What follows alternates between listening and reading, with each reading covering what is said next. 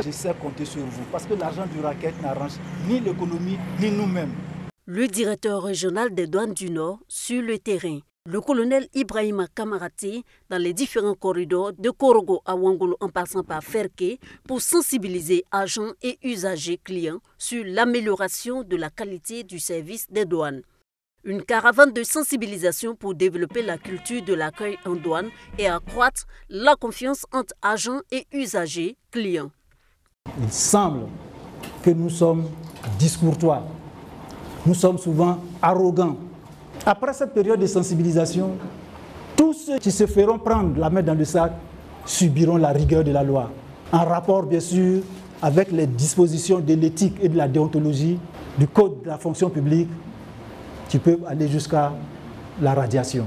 Quand c'est amélioré, c'est bon pour tout le monde. Nous gagnons en temps, parce que surtout nous qui font le bétail n'aime pas du retard, le bétail n'aime pas des tracasseries. Donc vraiment, comme le DRA a touché tous ces points-là, nous sommes contents et nous osons croire que vraiment ils vont changer l'accueil.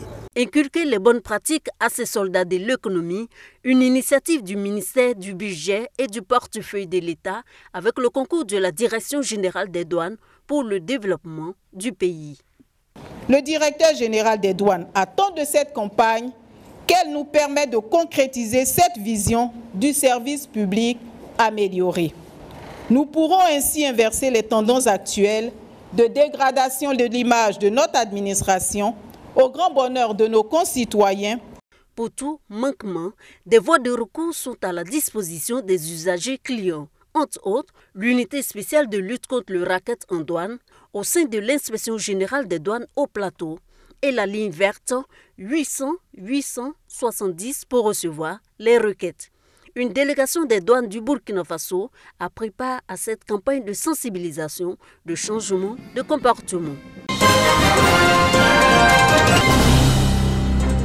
Paré aux couleurs vertes, l'hôtel président de Yamoussoukro accueille la 8e édition des Journées de l'Ordre national des pharmaciens de Côte d'Ivoire.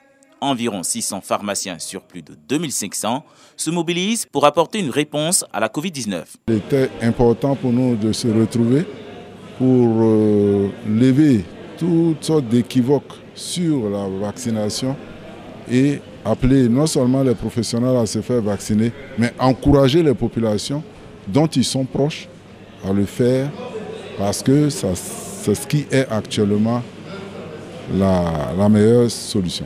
Autour du thème Covid-19 et la profession pharmaceutique, c'est une contribution des pharmaciens à la riposte contre la pandémie.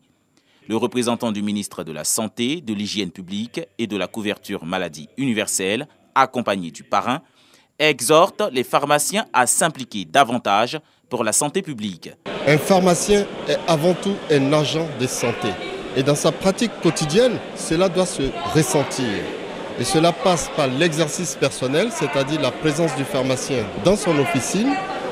Ensuite, exercer son art en respectant l'ensemble du code de déontologie. L'ordre des pharmaciens doit pouvoir relayer les messages de sensibilisation à toute la clientèle que ces officines privées reçoivent et à tous ceux qui pratiquent, qui fréquentent les pharmacies, qu'ils soient les pharmacies d'hôpitaux publics ou pas.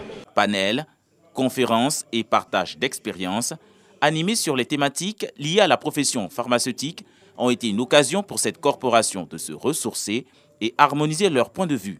Cette 8e édition des JAMPSI a été aussi marquée par l'inauguration du siège du Conseil régional de l'Ordre des pharmaciens du Centre et également la visite des stands.